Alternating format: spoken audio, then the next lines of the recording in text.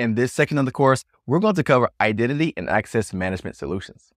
Identity and access management, also known as IAM, is a crucial component of information security that ensures that the right individuals have access to the right resources at the right times for the right reason. Identity and access management technologies provide tools for business processes that facilitate the management of electronic identities, including password management, network access control, and the management of digital identities. Identity and access management focuses on the security controls, identification techniques, access controls, and account management to ensure that only authorized users have access to specific resources and data. An identity and access management system usually consists of four main processes, which are identification, authentication, authorization, and accounting. First, we have identification. Identification is the process where a user claims an identity, usually in the form of a username or an email address. Second, we have authentication. Authentication is the process of verifying the identity of a user, device, or system. Third, we have authorization. Once a user is authenticated, the authorization process determines what permissions or levels of access that user has. Fourth, we have accounting. Accounting, also known as auditing, is the process of tracking and recording user activities for the purpose of compliance, security monitoring, and historical records. So, in this section of the course, we will be focused on Domain 2 and Domain 4, specifically Objectives 2.4 and Objective 4.6. Objective 2.4 states that, given a scenario, you must be able to analyze indicators of malicious activity.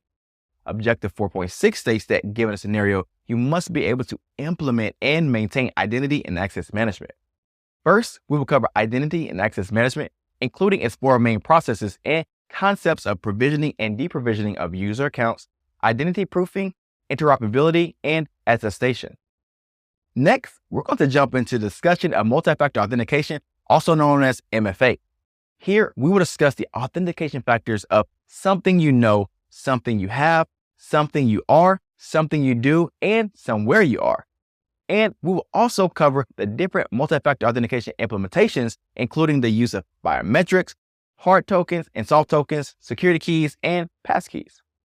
Then, we're going to talk about password security. Well, we will discuss different password policy best practices that you should be aware of, as well as how to use password managers and passwordless authentication in your modern identity and access management systems. After that, we're going to discuss some common password attacks, including password spraying attacks, brute force attacks, dictionary attacks, and hybrid attacks, as well as performing a quick demonstration to show you how an attacker might conduct a password cracking attack against your credentials. Next, we're going to discuss single sign-on. Single sign-on, also known as SSO, is a user authentication service that allows a user to use one set of login credentials like a name and password to access multiple applications using various technologies like LDAP, OAuth, and SAML. Then we will go over federations. A federation is a process that allows for the sharing and use of identities across multiple information systems or organizations to enable users to access different systems with a single set of credentials. After that, we will dive into privileged access management. Privileged access management, or PAM, involves the use of just-in-time permissions, password vaulting, and temporal accounts to gain administrative access over a given system or device. Then we will discuss access control models, including mandatory access control, discretionary access control, role-based access control, rule-based access control, and attribute-based access control, as well as a discussion of time of day restrictions and how to implement the concept of least privilege in your system. Next, we will cover assigning permissions and how you can best go about the process better to secure your organization. And finally, we will take a short quiz to see what you learned during this section of the course and review each of those quiz questions to fully ensure that you can explain why each answer was right. So, if you're ready to dive into the world of digital identities, let's begin our coverage of identity and access management solutions in this section of the course.